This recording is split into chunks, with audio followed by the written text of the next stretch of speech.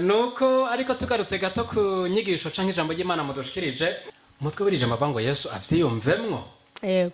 Shobora kuvyibaza kandi n'uri kuradukurikirana agashobora kibaza ati bigenda gute ugezaho Yesu ibyo wavyiyumvamo. Tarsis Hope Ministry TV ni umuryango washinzwe ugamije gufasha abakene, imfubyi n'abapfakazi batagira kirengera, abana baba mwibarabara, abasangwa butaka, abarwariye mu bitaro ndetse n'imfungwa. Nawe nimba hari umusanzu wifuza gutanga, duhamagare cyangwa utwandikire kuri izo nimero ziri kuri screen.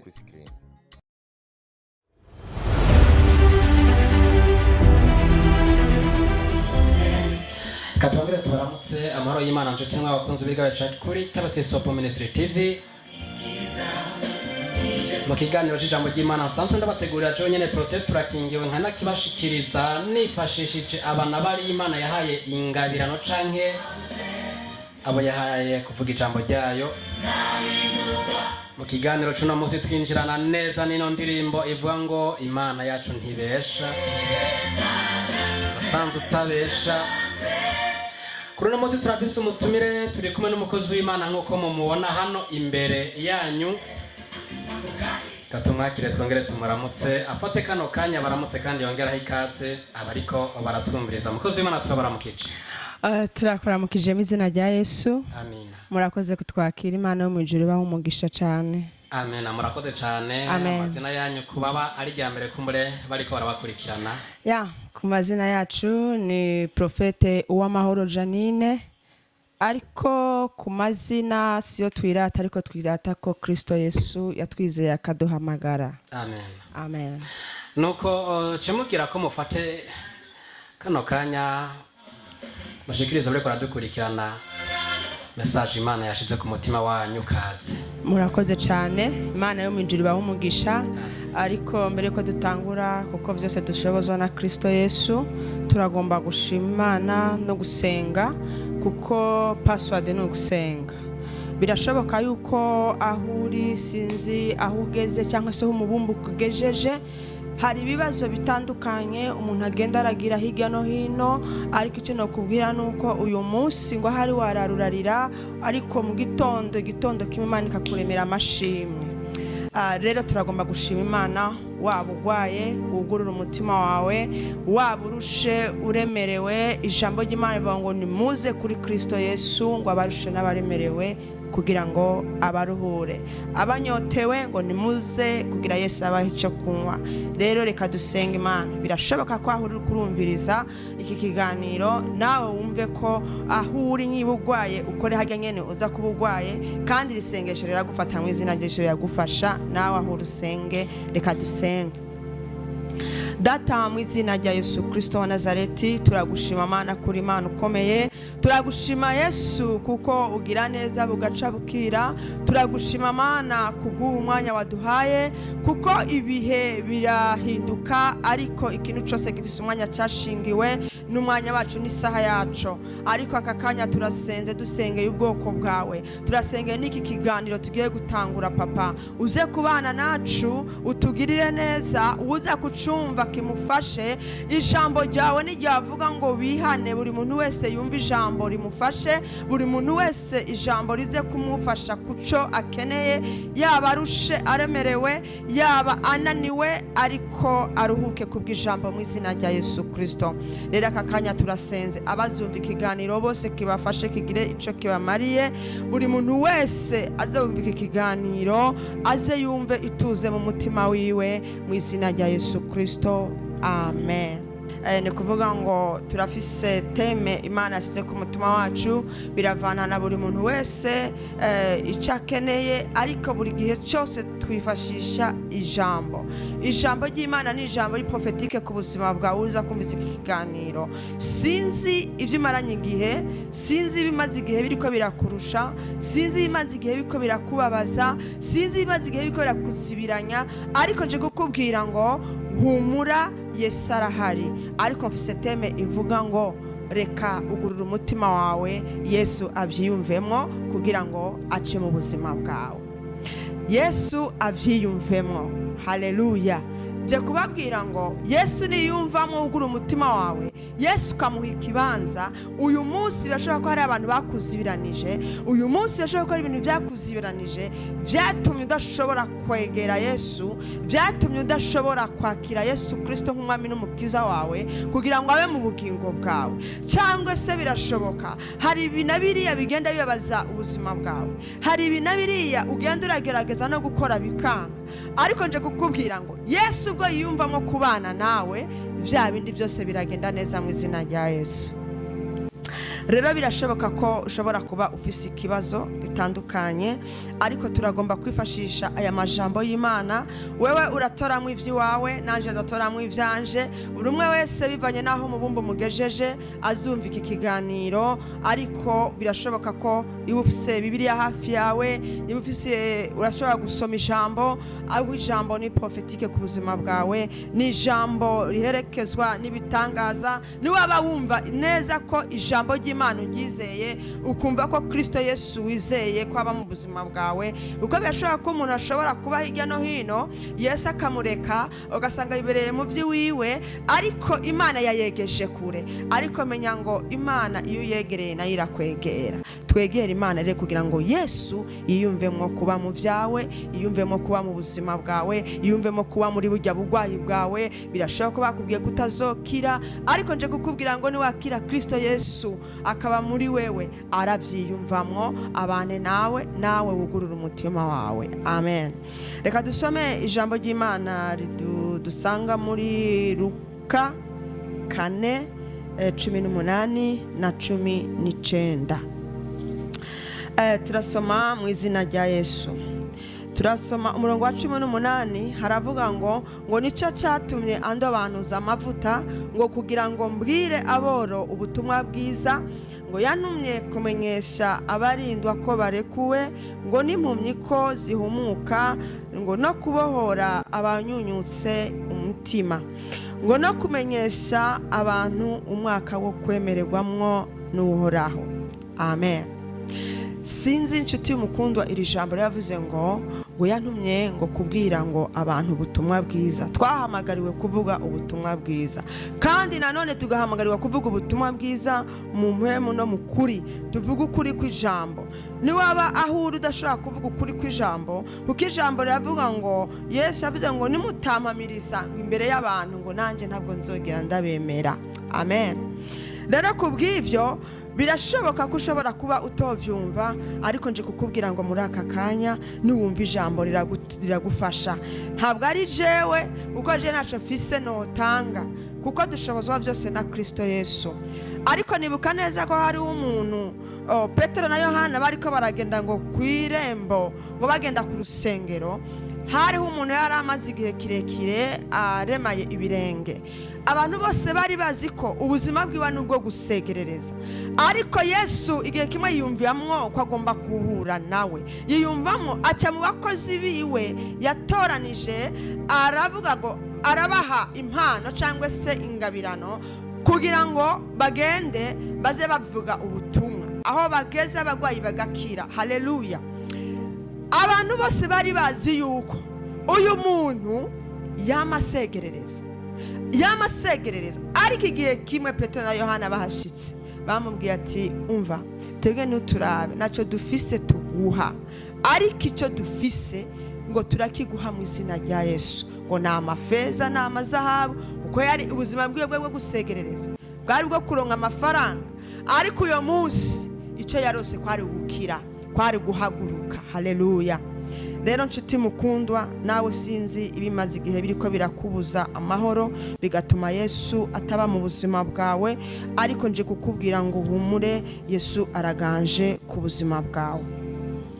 Rero nshuti mukundwa, nje kukubwira ngo niwumva ijambo rikagufasha, urashobora kumva ko wo kwihana cyangwa ukakira Kristo Yesu.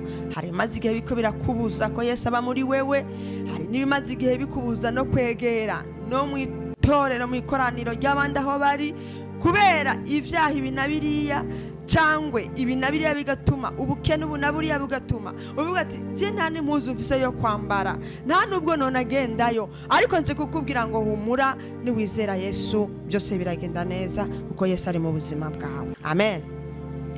Reka dusome iri jambo. Twavuze ngo dufise teme ivuga ngo egera Yesu nabazokwegera kandi yiyumvemwo kuba mu buzima bwawe.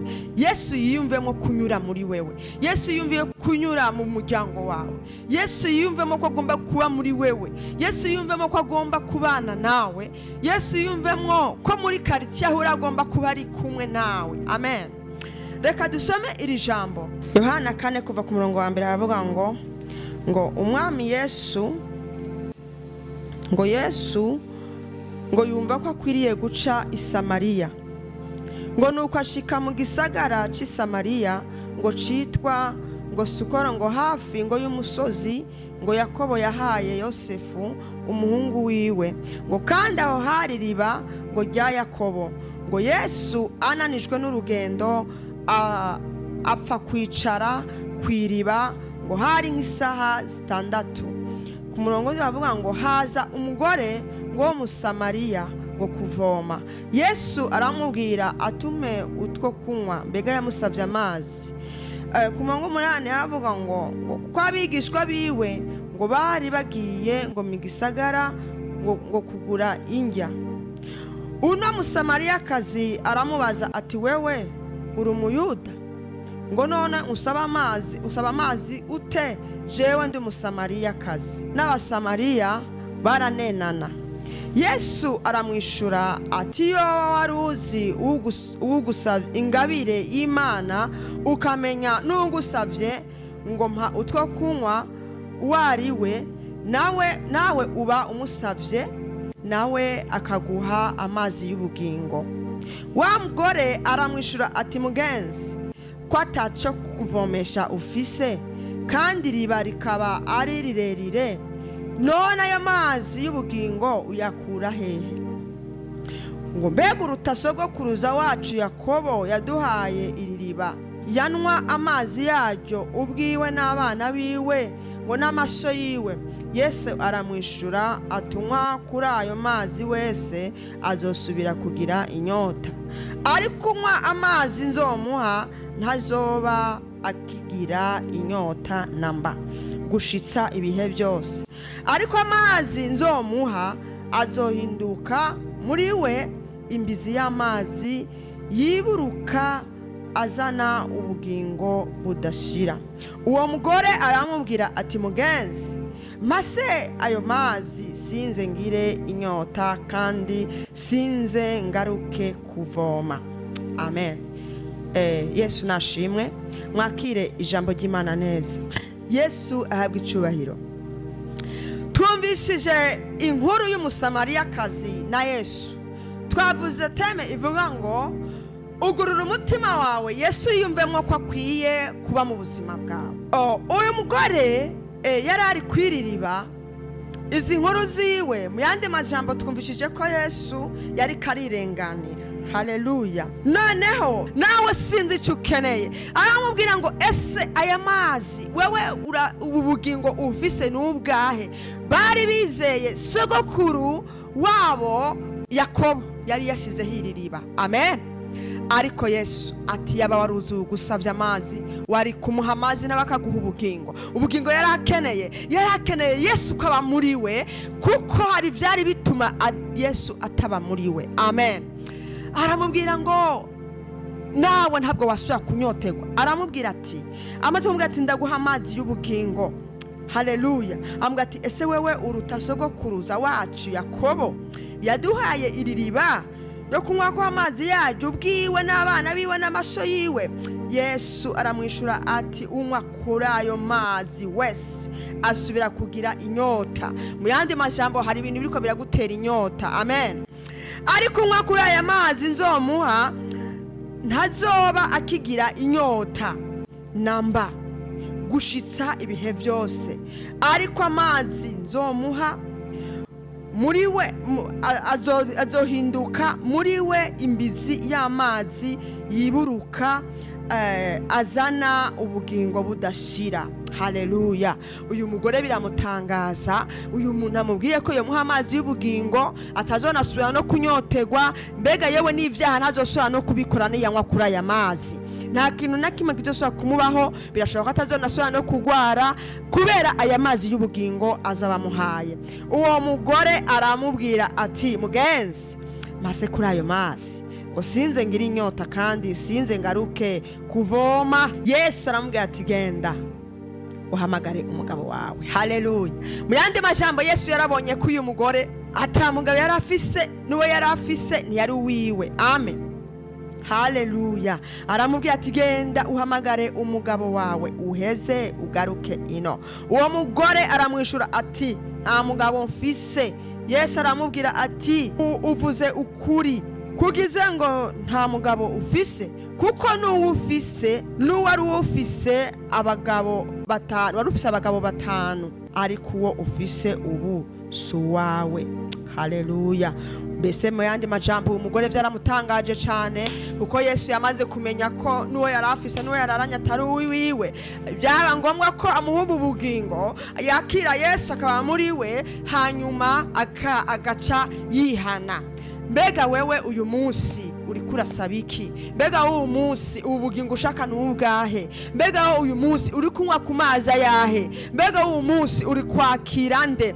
Akira Kristo Yesu. Sinzi ibyo umaze mu gihe biko biratuma Yesu atiyumvira kunyura iwawe. Sinzi ibintu bimaze igihe biko biratuma Yesu utabana nawe, ariko nje kukubwira muri aka kanya Yesu yiyumvemo kubana nawe. Ibyo umaze mu gihe rabo bihagarikira aho nyene kugira ngo Yesu abe muri wewe. Wakire Yesu ngo unywa ku mazi nzomuha ngo azoba afise ubugingo. Ntabwo azosubira kugwara, ntabwo azosubira kunyotegwa, ntabwo azosubira no gukora n'ivyaha. Sinzi ibyo urimwo, ariko nje kukubwira ngo message ngufitiye nuko ugomba kugurura umutima wawe, Yesu akaba muri wewe. Amen.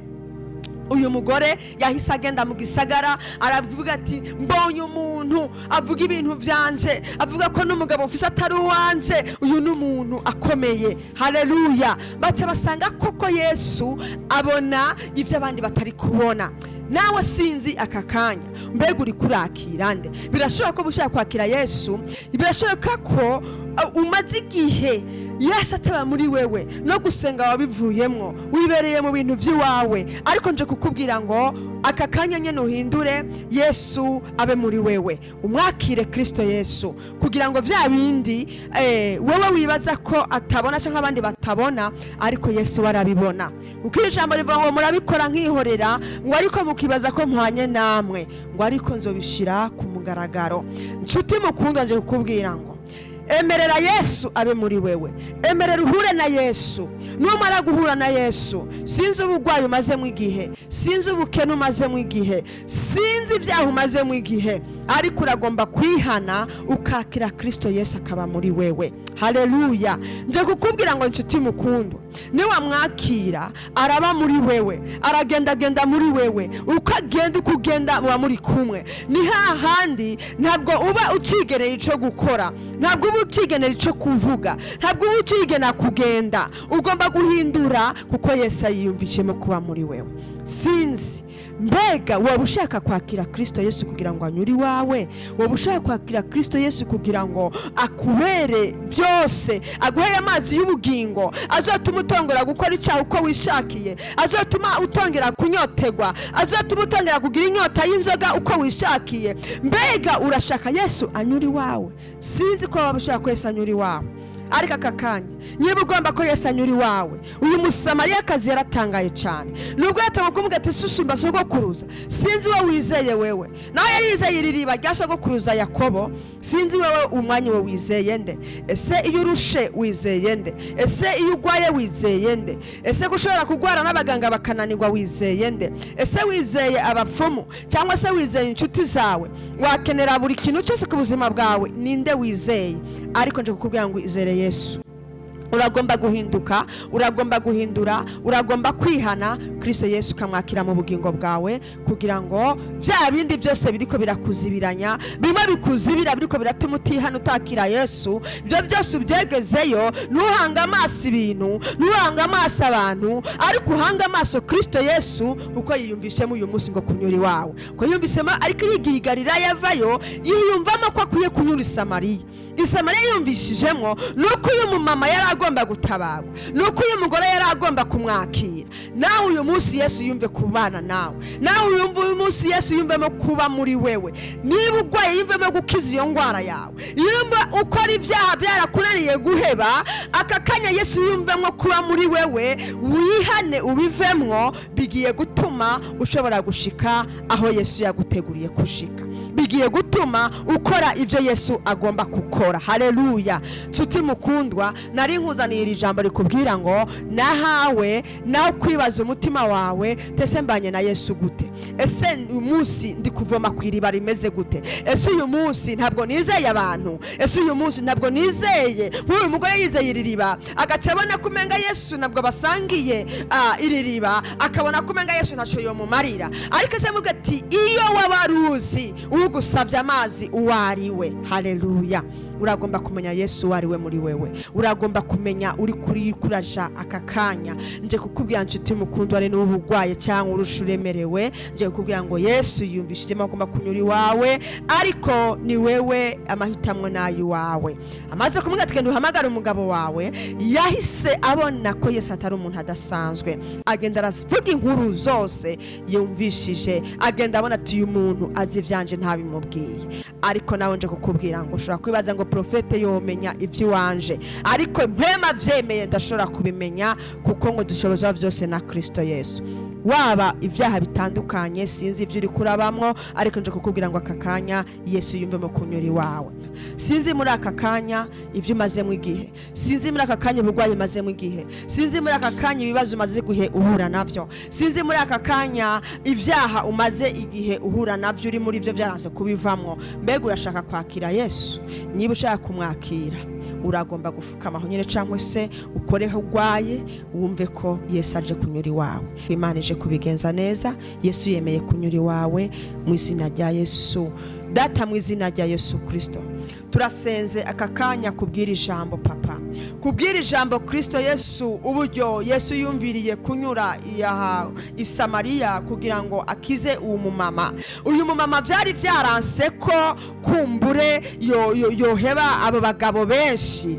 Mbega yari afise ngo n'uwo yari afise ntabwo yari uwiwe, ariko urabimenya.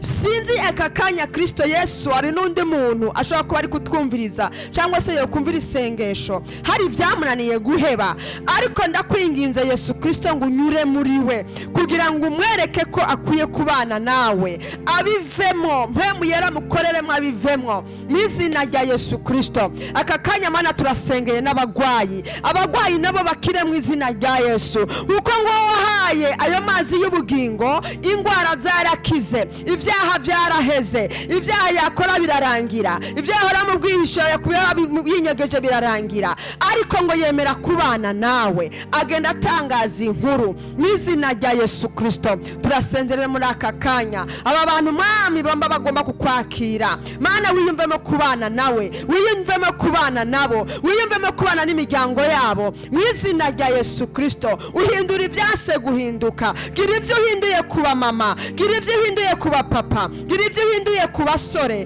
gira ibyo uhinduye ku bakobwa. Data, mu izina rya Yesu turasenze muri aka kanya, tuzi kandi kuje kubikora byose, ni mu izina rya Yesu Kristo. Uwitekanye n'ingabo Mwami, turasengeye n'igihugu cyacu, turasengeye kuva ku barongozi, abakuru gushika kuri bato, Mwami baha ubwenge bwo kubikora neza, ni mu izina rya Yesu Kristo. Turasengeye n'abakozi, abo tuzi n'abo tutazi, amatorero tuzi n'abo tutazi, mu izina rya Yesu. Nabo hari abakeneye kunyura muri bo, ubikomeze Papa, uzobukoze, ni mu izina ryawe gera Yesu Kristo. Amen. Murakoze cyane mukozi w'Imana ku majambo meza y'ubugingo y'ubuzima. Murakoze cyane mudushikirije, kandi ndizera ko ari amajambo akoze ku mitima abatari baki bari baradukurikirana. Amen. Navuga ngo mu izina ryabo bose Imana isubizaho mukuye. Haleluya. Kuko ubutame bwanyu atari ubwo busa amen mu mwami. Nuko ariko tugarutse gato ku nyigisho canke ijambo ry'Imana mudushikirije, muratubwiye ngo mutwe burije amabango Yesu avyiyumvemwo. yego Shobora kubyibaza kandi n'uri kuradukurikirana gashobora kibaza ati bigenda gute ugezaho Yesu ibyo wavyiyumvamo. ya Imana iguhumugisha cyane. Amen. Yesu kugira avyiyumvemo nuko nawe wiyumvishijemo ko ugomba kuba muri umutima wawe. Mbega ikibanza uha Imana kingana gute? Mbega ikibanza uha Yesu kingana gute? Birashoboka ko ngo ukwizera kw'abantu ko kwatumye umuntu ashobora gushika kuco agomba kwakira. Kuko Yesu ngo yiyumvishijemo uyu mumama, uyu mugore yari i Samariya, ntiyarazi waza guhura nawe. Mugabo urumva ko muri we yari afise umutima wo kumva ko aba bagabo abana nabo atarabi wiwe. Mu mutima we birumvikana ko yari ashaka umugabo wiwe bwite, yaravyiyumvamo nawe. Yesu rero amaze kumubwira yuko amaze kuvyiyumvamwo, yahise ahanyura arakata, areka kuguma agenda acakatira aho hantu uwo muntu yarari. Ego Nari kubaza nti no mukenyezi yari yibereye kwiriba yigiriye kuvuye ariko yivomera nkuko bisanzwe. ego Ariko aza kubona Yesu nawe arengutse. ego Biranamutangaza uko mu mico yabo nkuko ijambo ry'Imana mwatwigishije ryatweretse ntabwo bahuze. barananenana. Ijambo kunenana ku bantu bakuriye mu bisagara baratahora neza ico arico kunenana no kuvuga iki. Ya birashoboka ko kunenana atari bose bavyumva. Ariko nibaza ko kunenana ari nko kubona nk'umuntu umenga ntimwona asangira, umenga ntimwona icarana, ntimwona agendana, niko numva no bifata. Mu yandi majambo ni araba amajambo ara bavuga batama bakera ngo bamuciriye umukenke. Yego ngo bamuhari ivomo muri make ntibashobora guhurira ku kintu na kimwe. Oya Umukenke anywesheje kugira uwundi awunyweshe ngaca abanza akawupfuna. ahubwo ngira ntivyaba Kira ari byanabaho. Okay, nuko ariko kandi biraboneka ko Yesu yaje guhuza abari basanzwe badahuza. Kubigaragaza muri kino yuko yakoze kuri no mu kenyezi w'umusamariya. Yego ari kuvoma. ego Uno munsi abantu basigarana iki muri no jambo mudushikirije bashobora kubona munsi hari ibintu bibatandukanye. yego Babwira iki? Imana iguhumugisha kozi w'Imana. Cyo twababwira nuko ugomba kumenya ngo ntukavuge ngo naka cyangwa idini runaka cyangwa uyu muntu ntidushobora kugendana cyangwa se ishobora gusengera aho naka sengera nko muri eglise, kuko amadini uno munsi yarafasha abantu cyane, akabona kumenga ririya dini runaka ntabwo yoja kurisengeramo, cyangwa akabona kumenga par exemple nk'umuhungu cyangwa umukobwa ntabwo yogenda kuzana umugeni wo muri dini runaka. Yego ariko nicyo cyatumye Yesu aza kugira ngo abemeze, abereke ko ibi bintu bavuga ko badahuza bitari ibyo, ahubwo byari bigomba ko bagira gute bakundana bagahuza. Ko yemeye akatwitangira, aratwitangira, ntiyavuze ngo nitangiye aba canke aba n'aba. Biraba ngombwa ariko rero muri rwa rukundo rwa Kristo Yesu, ko Yesu Kristo ari we yatumye kugira ngo uru rukundo aba bantu batari bahuza, kuko batari basangiye iri riba, kugira ngo bakundane. Niwe yaciye abemeza, arafata aravuga ngo aragenda aramusanga kugira ngo babandi nabo babona ko bidakunda ko bagenda kunywera kw'iryo riba, kugira ngo nabo bagire gute abayuda n'abasamariya bahure. Rero niyo mpamvu muri rukundo ntuvuge ngo nzokunda uriya cyangwa ngo no wigira gutya, ariko kunda bose, umugenzi wawe umukunde nkuko nawe wikunda wenyine, ko Yesu yaratwitangiye kugira ngo uru rukundo hahandi babona ko muri eglise runaka utokurayo umugeni, yandi muri eglise runaka utogenda gusengerayo kubera idini. Ibi nibyo tugomba kumenya ngo uwo ari we wese, waba uri umukozi w'Imana cyangwa utari umukozi w'Imana, menya kumenya ngo ugomba kumenya ngo uriya muntu asengera mu idini ngomba kumukunda biterekanye ko musangiye idini. Rero iki nico kitwereka urukundo Kristo Yesu yazanye muri twebwe. Nico cyatumye Yesu yemera akatwitangira kugira ngo babandi wewe ahuri niba ugifise iyo mpwemu yuko utoja gusengera mu yindi eglise, iki kintu wumve ko Yesu yagikoze kugira ngo atubere icitegererezo. Niyo mpamvu amadini agomba kumenya ngo idini runaka, eglise runaka, bibaye ngombwa ndagomba kuja kumva y'ubutumwa, bibaye ngombwa ndagomba kuja kuvuga ijambo. Hari ahantu udashobora kugenda kuvuga y'ijambo ry'Imana bivanye n'idini urimo, rigubwira ngo ntushobora kugenda gutanga ubutumwa handi, cyangwa ntushobora kuza gusengera umuntu atari mu idini ryawe. Rero ibi bintu nibyo twari dukwiye gukuraho, tukamenya ko Yesu yatwitangiye ari we tubeye icitegererezo kugira ngo urukundo rubeho. Rube urukundo rw'ukuri, rutari urukundo rw'uburyarya. Kuko ushobora kubona nka mugenzi wawe afise ikibazo ukumva umenga uramukunda, ukamwereka ko umukunda, ukamwereka ko muri kumwe, ariko yamaza kurengana. Mbega mutari kumwe n'uyu mugenzi wawe umuvuga gute? Kuri urukundo ariko rutuma dukundana. Mutari kumwe umuyumvira gute? Umuvuga gute? Muri quartier umuvuga gute? Mu itorero ayo yicaye ataje uyu munsi umuvuga gute? Uru nirwo rukundo Kristo Yesu adusaba kugira ngo dukundane nk'uko Yesu yadukunze.